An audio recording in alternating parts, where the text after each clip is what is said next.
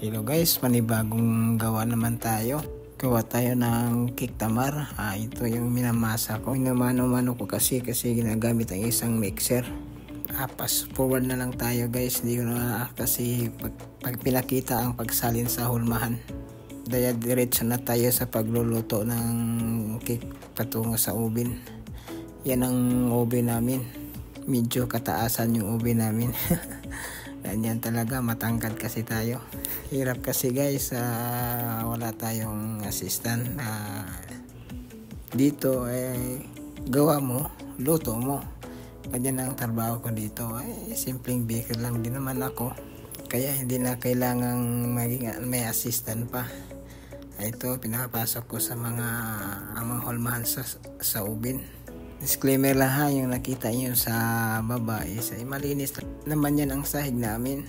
Pinalamig lang namin kasi para gagamitin din namin ang ngayon. Ito, sisit ko na naman sa, ang init niya is 160 degrees. Tapos yung minutes niya is 40 minutes. Ayun, sakto na siya, maluluto na siya. Di na kailangan na bantayan pa, tumutunog naman yan siya. Kaya ibig sabihin na luto na yung ginagawa mo. Kaya nito tumutunog siya, pero pinatay ko na yung alarm niya kasi maingay kasi.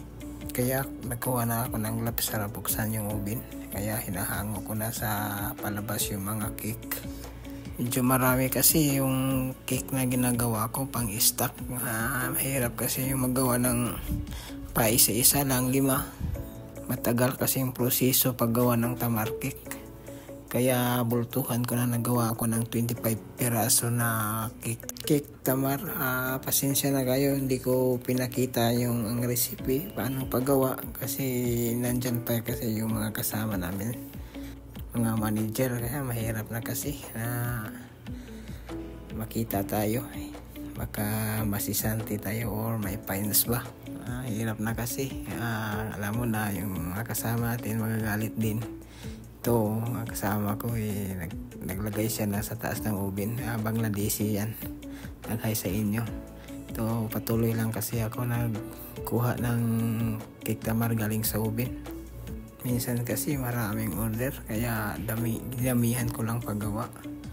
Kasi mauubos lang sa isang araw. Hirap na kasi yung palagi kang magawa sa isang araw. Yan, maubos ang 3 araw, ubos na yan. Kailangan talaga mag-stock. Pero hindi naman siya masisira kasi na pinapasok ko kasi sa freezer, kaya di talaga siya masisira. Pero 3 araw pinakamataas na yan, ubos na yan siya. Ang cake tamar malakas din sa amin yan. Ito, tapos na tayo naghango ng cake. Sinasara na natin yung pinto ng oven. Ito po yung cake tamar. Masarap din to siya. Parang nakakain ka lang ng banana cake. Pero yung lasa niya is tamar talaga.